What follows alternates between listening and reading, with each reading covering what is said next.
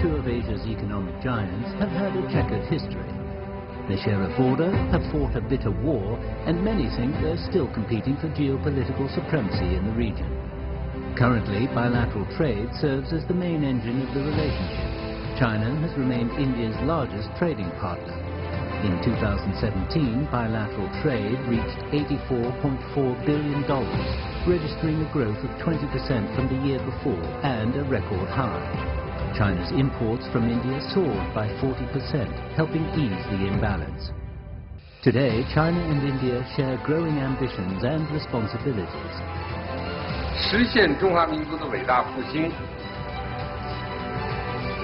President Xi Jinping emphasizes the Chinese dream of national rejuvenation as the dream of all Chinese people and the source of strength for growth. Prime Minister Narendra Modi shared his vision at Davos that India is poised to become a $5 trillion economy by 2025. China and India currently account for 20% of the global GDP, while their bilateral trade accounts for only 0.5% of the global total, leaving huge room for improvement. The ultimate question is, will China and India bury the hatchet to continue building their tremendous trade potential and developmental goals? CGTN anchor Yang Rui is joined by 6 distinguished guest speakers to address the issue. Chen Deming, China's former Commerce Minister from 2007 to 2013, also former deputy at the National Development and Reform Commission. He is currently head of the Association for Relations Across the Taiwan Strait. Ratan Tata is an Indian investor, philanthropist and former chairman of Tata Group, a Mumbai-based global business conglomerate. He has given a large amount of wealth to society in the form of education, medicine and rural development. Long Yong-chu, former Vice Minister of Foreign Trade and Economic Cooperation and former Secretary General of the Boao Forum for Asia. He was the chief negotiator for China's accession into the WTO. Yang Xiyu is Executive Vice President at the Institute of the Boao Forum for Asia and also Senior Fellow at the China Institutes of International Studies. Ajit Ranade is the Chief Economist of the Aditya Birla Group, an Indian multinational conglomerate. He also chairs the Research Advisory Panel of the Indian Institute of Banking and Finance. Joël Rouet is President of the Bridge Tank, an industry think tank dedicated to emerging economies. He is a specialist in the emerging policies of China, India and Western Africa and the author of 8 books on these areas.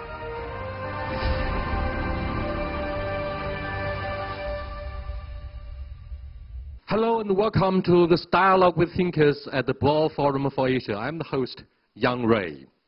It will make a big difference should India and China join hands to change the life of half of the world's population through reform and innovation. But can the two Asian giants get out of the Doklam crisis of last year and get all their major disputes settled through a reconciliatory strategic partnership? Cooperation or confrontation, to be or not to be? It seems leaders from both sides have decided to adopt a forward-looking attitude to navigate a new course of development at the upcoming Qingdao SU Summit in June.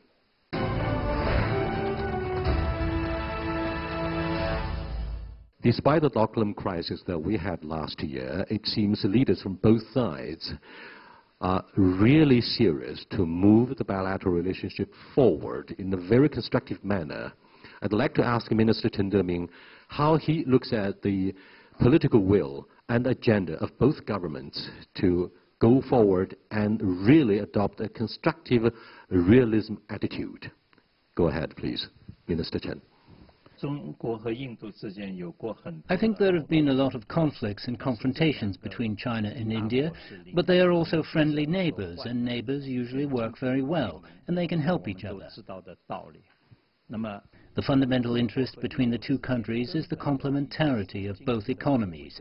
The total population of both countries accounts for 35% of the world's total, and the economies account for over 20% of the world's total. However, the trading and economic relationships between the two countries accounts for only 0.5%, less than 1%. This is our shortcoming and also what we can discuss to improve in the future. 能够发展我们的经贸关系。现在 Currently, India pays more attention to how to sell products to China and reduce the deficit against China, while China hopes India can open up further to foreign investment and provide a good business environment so that the structural conflict between the two countries can be fundamentally eased. 结构性的矛盾能得到缓解，所以我想。 I think the state leaders of both countries will base their discussions on the fundamental interests of the two countries and the Belt and Road Initiative to showcase their products. Thank you so much. We are all descendants of the dragon. My question for Mr. Tata is India ready to be reconciled with China despite the bleeding scar of the Doklam crisis? What's the consensus of Indian politicians at this moment? To be absolutely frank and honest, I think for relations to change and trade relations to change, there'll have to be a higher level of trust and confidence in each other for this to be. But I think we first have to gain the confidence that China is not going to do something negative to us, and China has to feel the same way about India. I think what Mr. Modi and the leadership in China have done in recent times of truly wanting to come together is a wonderful first move, but we should see it through. We should encourage joint ventures in India. We should look at real trade other than minerals and raw materials. Very insightful and realistic analysis about the bilateral relationship. Thank you very much for the cautiously optimistic note in your reply. But Mr. Long Yong-tu, do you think China is a threat to our biggest neighboring country of India? I really do not believe that China will pose a threat to India. And as a Chinese saying, you can hardly have two tigers live in one mountain. But fortunately, both India and China are not tigers. We're not aggressive. I really do not believe that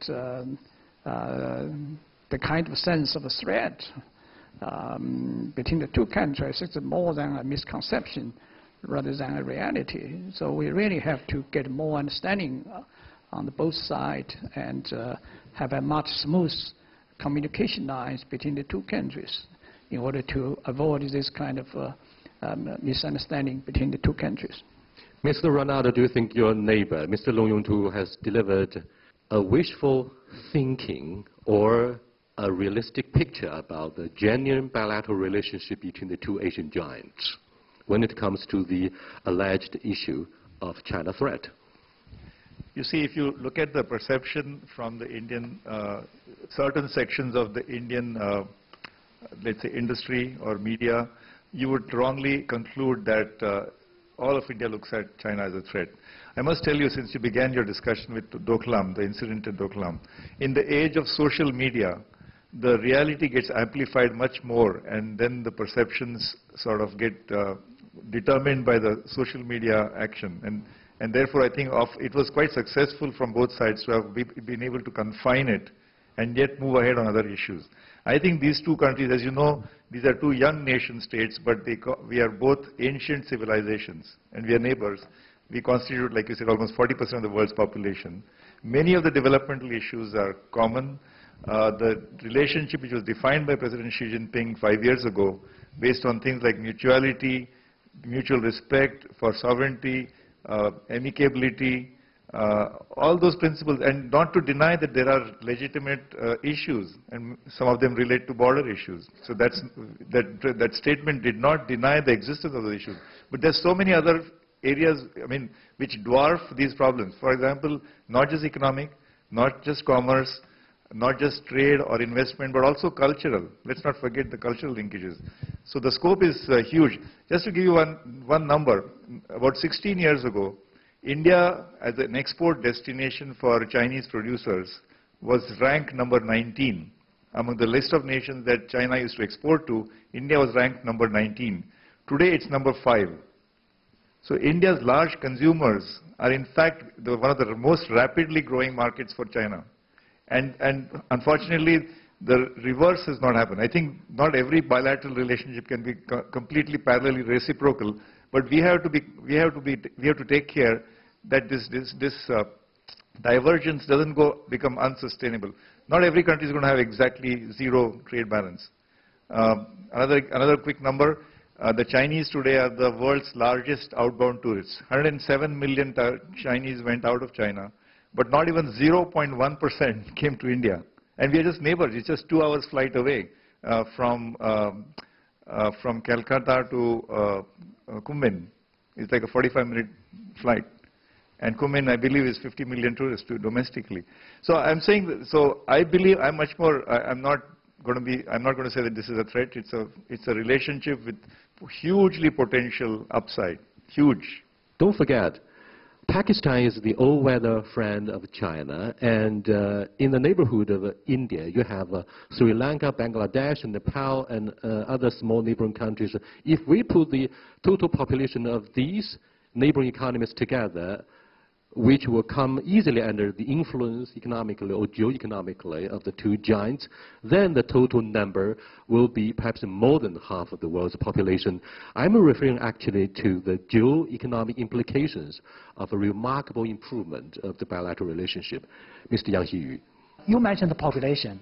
What is the base for the market? Population. What is the fundamental factor for the base of the population? Middle class. And in the whole world nowadays, the fastest growth of the middle class lies in the Asia, mainly India and China, plus the other part of the South Asia. So I would say the greatest market of the globe will be here. China, India, plus the other countries you mentioned. So based on this vision, China has set up, has determined to develop the all-dimensional friendship and partnership with all countries, regardless their rivalries or friends in South Asia. You mentioned Pakistan. Yes, there are long-time, decades-long rivalry relation between Pakistan and India. But the other part is, both India and Pakistan have determined to develop their stable friendship. So China will put top priority to develop the friendship with all of the countries for the shared interests in that region.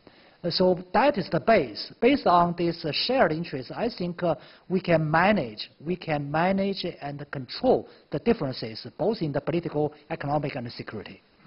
We're talking about demographic changes that may or may not be the advantages for the two biggest economies in this region. Now, Mr. Rey from France, would you view yourself as an independent observer from a think tank or a French observer in your examination and observation about the friendship or rivalries between the two countries, India and China? Thank you, Ray. One should not forget that trade, because we're talking about that, is like any tool. It is double-edged. It can be harmful. It can do good.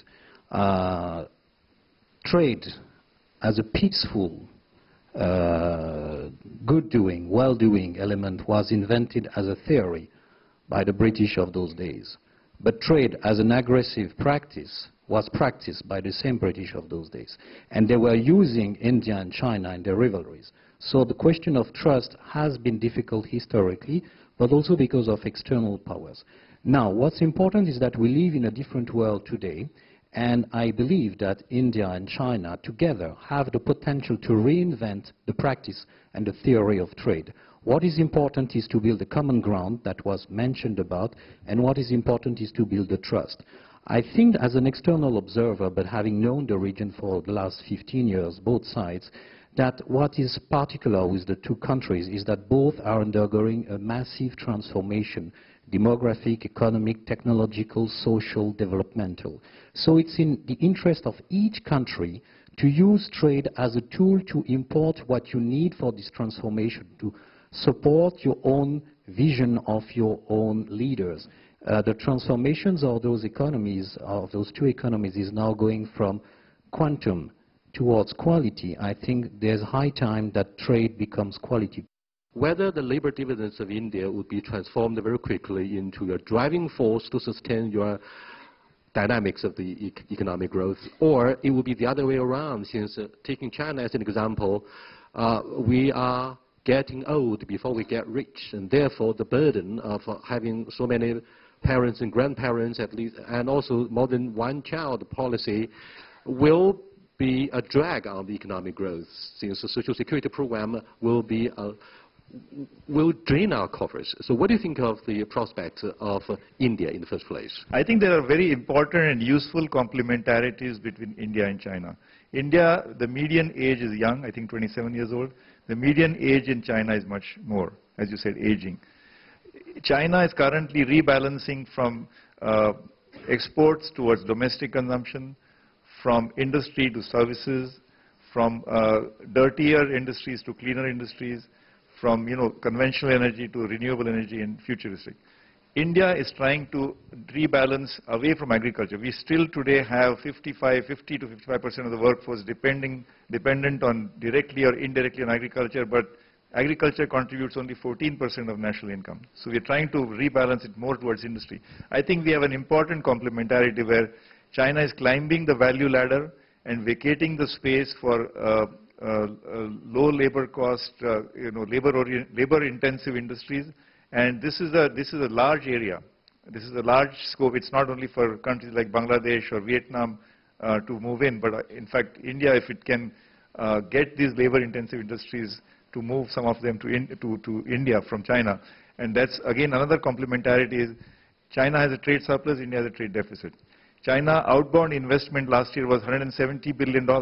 Surely, about 10% of that can come to India in terms of mutual investments and into labor-intensive industries or into infrastructure. So I see this as the changes in the aging pattern, the changes in the labor markets, the differences in terms of their priorities, in terms of where they stand in the development phase, in fact, as a huge opportunity. Of course, there will be areas where they compete, but there are many more areas of complementarity than competition. Not to forget issues where there's complete alignment, like climate change or energy security, or I would say even nuclear, global nuclear issues. But I think there is so much in terms of potential for complementarity and cooperation. Mr. Lu Yongtu, we've been talking smart about the competitive edge of India, since they have the young labor force, they are a democracy. However, the opportunities will have to depend on where the investment comes from. Look at the infrastructure of India, which has been a chronic problem, if not one of the most serious challenges for our neighboring economy of India. Are you optimistic that the Belt and Road Initiative will help our Indian friends develop their infrastructure very quickly through, for example, their participation in AIIB? What do you think? According to observation from the Harvard Business, and in the next 10 to 12 years, China is going to lose about 100 million jobs in labor-intensive industries. That means that those 100 million jobs will move to outside of China. I think India has a great opportunities to take over this kind of outmoving Chinese industry. And as a matter of fact, I always have some doubt about the economic structure of India, which the manufacturer only contribute about 26% to its GDP, while the service industry contribute about 53% to its GDP. It is a little bit premature for India to have such a high proportion of service industry in their GDP structure. So if I were a senior high Indian official, I would make more efforts to the manufacturing sectors. And I think in that connection, China could provide a lot of experience, and China also can move a lot of labor-intensive industries to India as a very important model of economic cooperation between two countries. I believe that there's great potential for India to fast develop its manufacturing industry. As to your question, whether India should be part of the Silk Road Initiative, I think that's it's a decision of the Indian government. I think whether or not they will be part of that initiative, we don't mind, because we think as far as China is concerned, it is up to the government to decide whether they would participate in this initiative as a part of it. I've talked to some Indian friends. Very little to do with the kind of restructuring of its economy. I've talked to some Indian friends, including their correspondents in Beijing. They say their simple and humble request for the China-Pakistan Economic Corridor is simply a change of the name, so that they will feel more comfortable on the issue of Kashmir and Jammu, the line of control in this controversial region. Now, India seems to be very proud of being a civilization state. They always believe they are one of the biggest economies, a giant in the world on the world stage. Why should they be, sometimes viewed negatively? To what degree do you think India will soon become a superpower, super economic power, or even politically a formidable force to reckon with on the center stage of world affairs? And I believe our Chinese friends may disagree. Let's have a debate. There are, of course, legitimate issues where there is rivalry or there are concerns, there's mutual suspicion. For example, the issues of border, whether it's Doklam or Arunachal or other parts on the border. And these are issues of sovereignty. We have drawn a line in the sand, and there's issues of sovereignty. But those, I think, can be looked at in a different compartment. That issue need not cloud everything else. Let me give you an example of another legitimate concern of Indians, which is not a border issue, but which is an issue of the overhang of huge excess capacity in many industries in China, whether it's textiles or chemicals or metal production. It's not just India, but the rest of the world feels the overhang of this excess capacity. Now, in the WTO language, you're not allowed to explicitly provide subsidies for exports. As you know, China's story has been 30 years of export-led growth. But perhaps these exports did not get explicit subsidies, but there is a feeling among Indians and rest of the world that there was a generalized level of support, whether it is in terms of cheaper electricity, cheaper credit, lower cost labor, artificially lower cost labor, or cheaper other inputs, which tilted the playing field. But this is something that China did it consciously, and it could afford it because your fiscal capacity is such, unlike India, which could afford these generalized levels of support and subsidies, huge expenditure in infrastructure. So that creates a concern among Indians, that Indian manufacturers feel that we can compete with an individual Chinese manufacturer, but we can't compete with the Chinese treasury. But I think these all can be kept in a compartment. The overall bigger picture of the 21st century is that here are two large countries with a rapidly growing middle class, with growing aspirations and changing. The pace of India's growth may not be as fast, but I think this is going to get there. If you look at China's reforms from 1978, and if you look at India's reforms from 1991, it's almost parallel. In fact, it's quite amazing how parallel it is. It's as if India is just 13 or 15 years behind. So this is bound to, so therefore I keep repeating that let's not ignore the huge scope for complementarity. One more example. China has about $3 trillion of foreign exchange. You talked about the President Trump and the trade war. Why should you risk putting all your eggs in one basket? Why is Chinese foreign exchange mostly parked in US treasuries? Surely, even if $30 to $50 billion was done as a bilateral deal between Chinese government and Indian government and put it in a 30-year bond in India's infrastructure, you'll get a higher return and it'll be more stable, less risk. Why don't you just divert some 2% of your foreign exchange reserves into India's infrastructure? It's a win-win. But again, you know, I guess the foundation is whether it's going to be a win-win situation, we have to turn to our Pakistani friends to have their immediate response. You know, is it a very difficult issue to keep the balance between the two most important economies in the subcontinent of South Asia, between Pakistan and India? I think many areas, the two countries really have a great opportunities for the win-win result. The most important thing is the poverty reduction. And just now, Minister Chen Deming mentioned that the two countries occupies 40% of the total population of the world. But the other negative part is the poverty population of the two countries also occupy over 40% of the global poverty, right? So it's a really serious challenge facing both the Indian government and the Chinese government, regardless what sharp and complicated differences between the two governments. Both of the governments face the very same challenge and tasks. And also with the other many issues like climate changes and anti-terrorism, and both of the countries really have a short-term shared interest. We do have the determination to have a win-win results. I'm afraid your analysis, very good itself, fell short of the interesting point of whether China should first of all consult our Indian friends before we increase our investment in the neighboring countries of India. For example, Sri Lanka, Hambantota Port, Gwadar Port, in Nepal. It's not a binary. It's not this or that. It's not a zero-sum game. No, it can be both Hambantota and an Indian infrastructure project. But there are, after all, some geo-economic implications between our two economies.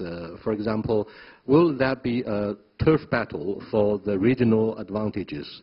Mr. Hui from France, your independent perspective of a think tank. You know, of course geopolitics matter, but I don't think that once you've catered for all the geopolitics you do, you've exhausted all the investment capacity of China. Because the investment capacity of China today is massive. So leaving geopolitics aside, I would want to return to infrastructure economics, to cooperation economics, which I think have a virtue.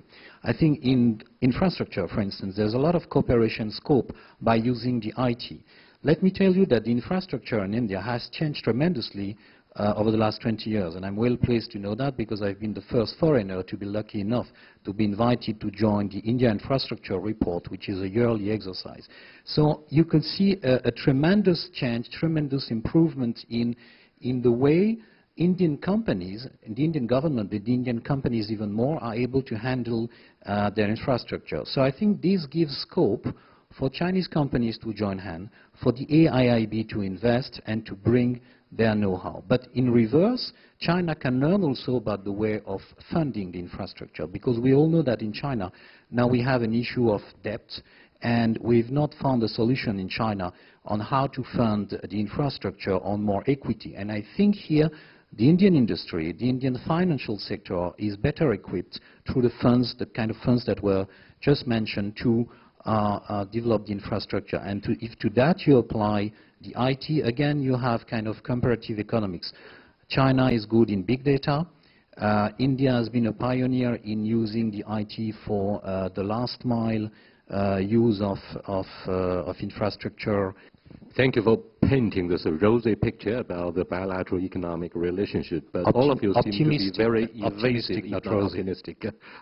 I've got a good idea, gentlemen. I won't be the one asking all the big questions. I would rather leave the center stage to people from both sides and figure out what their genuine concerns are. Let's take a quick look at the video presentation here. Welcome to Question Line. This time we'll twist the rule a little bit. Instead of asking big questions myself, I'd rather leave the stage to people on both sides trying to figure out how they will look at the issue from their perspectives. Now, question is, does India view China as the biggest threat? How do they look at the relationship between the two countries from their perspective? I've been asked if India thinks of China as a rival. No. India thinks of China as a friend, but China is a challenge. As Prime Minister Manmohan Singh and Prime Minister Wen Jiabao once described, India and China can compete but they also should cooperate. We see China as a challenge because of your economic might, because you've gone so far ahead of us, and in many areas we're looking for opportunities for doing business. There's a big trade deficit, which is a challenge for us. There are border issues, which are a challenge. But all these are challenges we can surmount. I don't think we look at China as a rival. But now I have a question to ask. What does China expect from the visit of Prime Minister Modi? He is going to be here and meeting President Xi Jinping. So what expectations are there for improving India-China relations? That's my question to you. The common ground between China and India is much, much larger than the differences. But it depends, number one, the political skills, number two, the will, and number three, the strategic trust that between two countries and make all those things work. And I do hope that Prime Minister Modi and the President Xi Jinping's meeting in June in Qingdao can be a very positive one for both countries, because if China and India compare head against each other, you make both countries big losers. But if they can work with each other, then a game changer for the entire world. Now I have a question for you. What are the relative advantages for China and India in attracting foreign talents? So China and India are both obviously fast-growing economies, and that's attractive to any kind of talent you might want to bring. But they're different in some ways as well. And I'll just point out a couple of differences. China benefits from a thriving and growing startup infrastructure, complete with a massive influx of capital to make companies successful, as well as a hugely successful history of very large internet companies which can provide the backbone for future innovation. India, on the other hand, while still growing and still building its own startup economy, is also a country which has a long history of interaction with companies around the world. With Wipro and many others, there are huge opportunities for people who are moving to India to work to take advantage of the long-developed sales channels and structures which India has put in place over the years to serve a worldwide audience. So, I've got a question for you. What if education used to be a mechanism which would ensure future financial stability and mobility within society? But it looks like that might actually be changing. So, can education actually provide the kind of mobility that it used to, and how? I feel that the two very important things to ensure inclusiveness is to make sure that the school education is strong, so that students across all strata are well prepared for college, and also that the selection process is very fair and recognizes only merit, so that again students from all strata of society are able to access a good quality education. I think with this kind of equal opportunity, the gap between those who have great wealth and those who do not will reduce, and society will benefit greatly.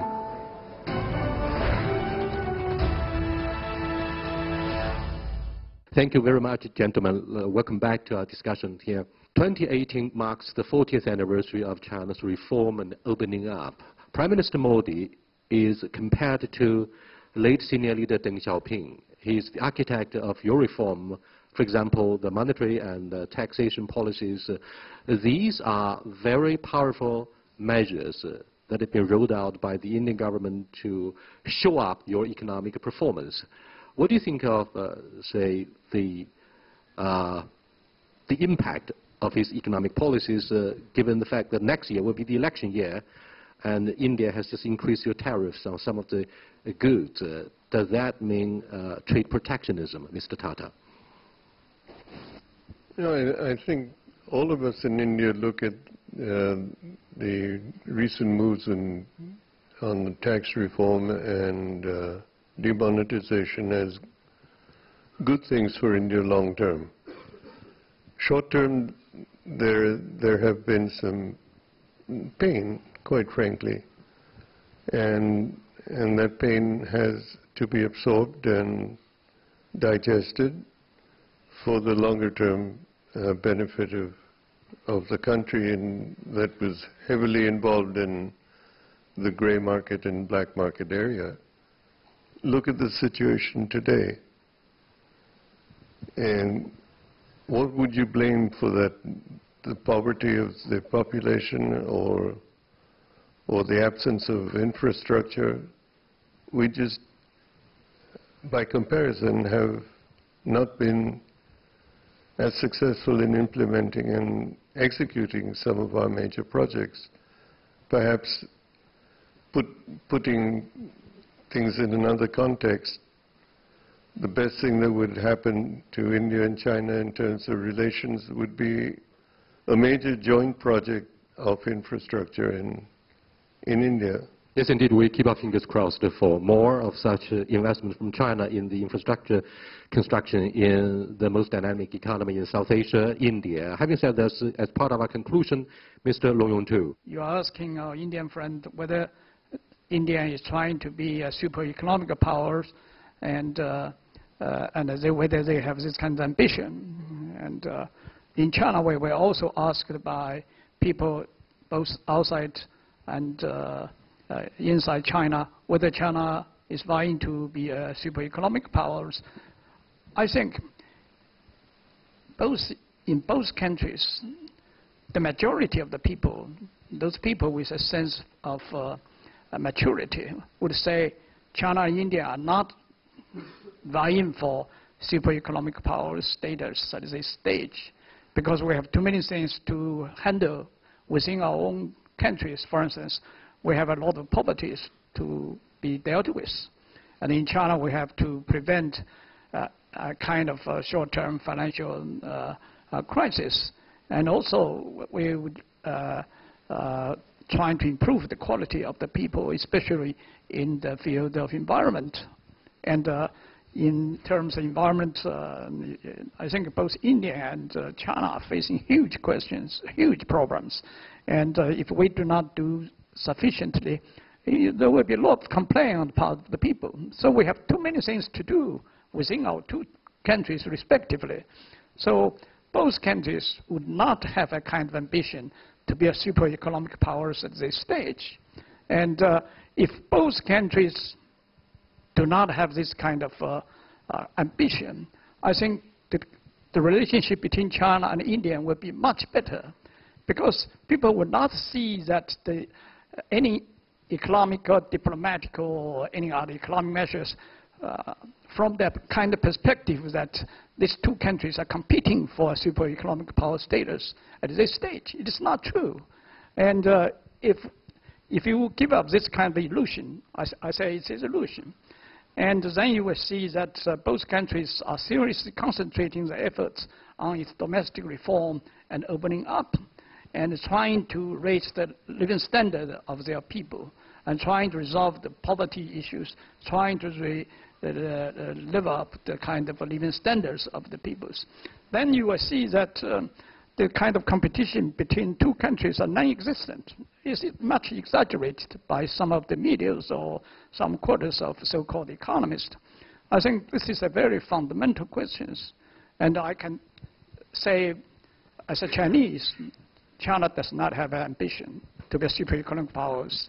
And so any kind of dispute with the United States has nothing to do with China's ambition. We just deal with the trade issues as a trade issues, and do not politicize it in such a way that it's too complicated for the negotiators of both sides to deal with. I do not believe my Indian friend would agree with me that you also do not have kind of ambition to be a super economic powers at this stage, because you have much more things to do within the country. The response from elites is one thing, but the nationalistic sentiments in both countries would be quite another. You look at the issue of self-inflation or confidence, one way or another. Yes, challenges do come from within, and you're right that that there won't be any rivalries, if any, between India and China, to say nothing of the battles for world leadership, allegedly between the United States and China. I would rather give floor to the audience here for you to ask questions or to make very quick comments. Thank you very much. My name is Ram, and I work in California as an investment professional. We invest in internet companies in China, US, and India. And it's one of the things that amazes me about China is we're big investors in Alibaba and Tencent. And what's amazing to me is these companies have reached astounding success, but with the protection of the Chinese closed garden.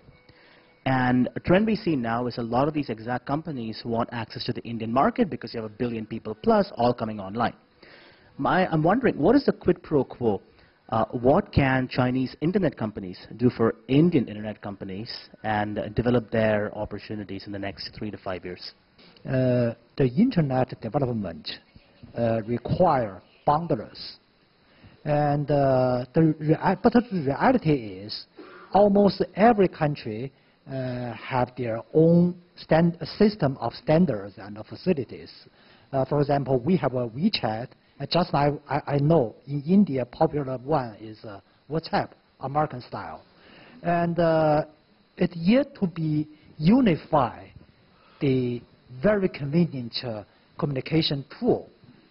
Every Chinese cannot leave WeChat, but we can leave WhatsApp, and vice versa.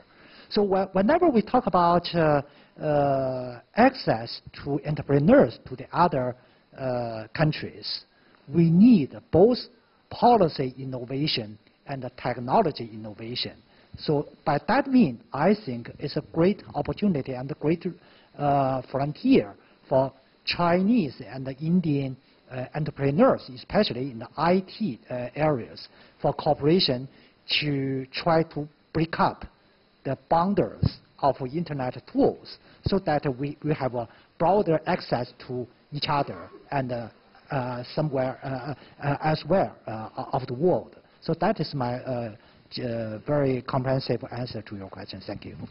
Next, let me have quick comments from Mr. Sanjara Baru, Secretary General of the Council of Commerce and Industry from India. Well, first of all, I enjoyed listening to all the distinguished gentlemen, but I entirely agree with the concluding remarks of Mr. Long Yong-tu, that the priorities for both our countries are at home. I think this illusion that we are seeking to become superpowers is a wrong one, and it's an illusion that will take us in the wrong direction. I think some of the elements of competition, if you like, derive from this needless race for greatness. I think both our countries have a long way to go in addressing the needs of our own peoples. And certainly as an Indian, I would say that the priority for the Indian political leadership is India, is development, is poverty reduction. I don't see any Indian political leader seeking any global role for India at the moment.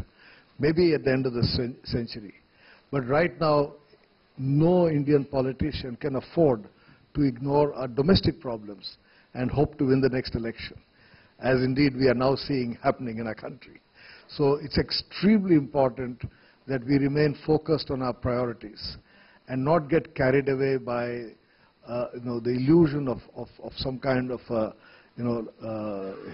historical role which may finally come to us, because the fact is we are the oldest civilizations in the world. And I think that the reality of that civilizational confidence will see us through this period. Ladies and gentlemen, it seems the brainstorming here on the center stage at the Boer Forum of Asia has been able to let us build a consensus about where the potential of the two economies will be transformed into action. But I believe deliverables will most likely be featured prominently by the positive outcome coming out of the summit meeting on the sidelines of the Qingdao ICO Summit in June. That will be the agenda of the co-evolution between the dragon and elephant. Thank you so much for your time and attention, and I thank you for the insightful analysis.